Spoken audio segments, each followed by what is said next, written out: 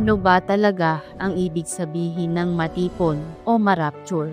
Maraming tao ang nag-iisip na kapag dumating ang Panginoon, bigla na lang mawawala ang mga mananampalataya at ililipad sila paitaas sa langit.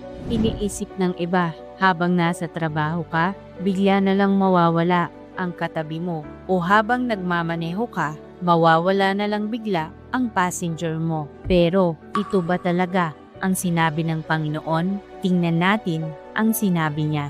Datapwat pagkahating gabi ay may sumigaw, narito ang kasintahang lalaki.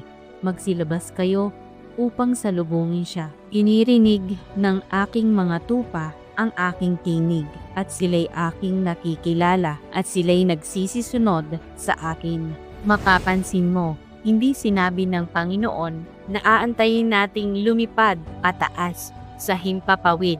Ang mahalaga ay marinig natin ang kanyang tinig, makilala siya, at sumunod sa kanya. Sabi ng Diyos, ang matipon ay hindi nangangahulugan na madadala mula sa isang mababang lugar patungo sa isang mataas na lugar, gaya ng maaaring iniisip ng mga tao. Malaking pagkakamali iyan.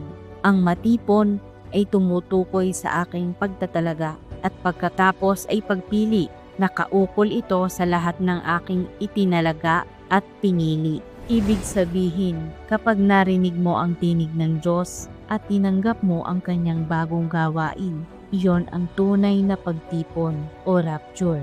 Tulad ni na Pedro at Juan noon, nang marinig nila ang tinig ng Panginoong Hesus at sumunod sila sa kanya, hindi man sila lumipad sa langit, natipon na sila sa harap ng Diyos. Kaya ang mahalagang tanong ngayon ay, kapag nagsalita ang Panginoon, makikilala mo ba ang kanyang tinig?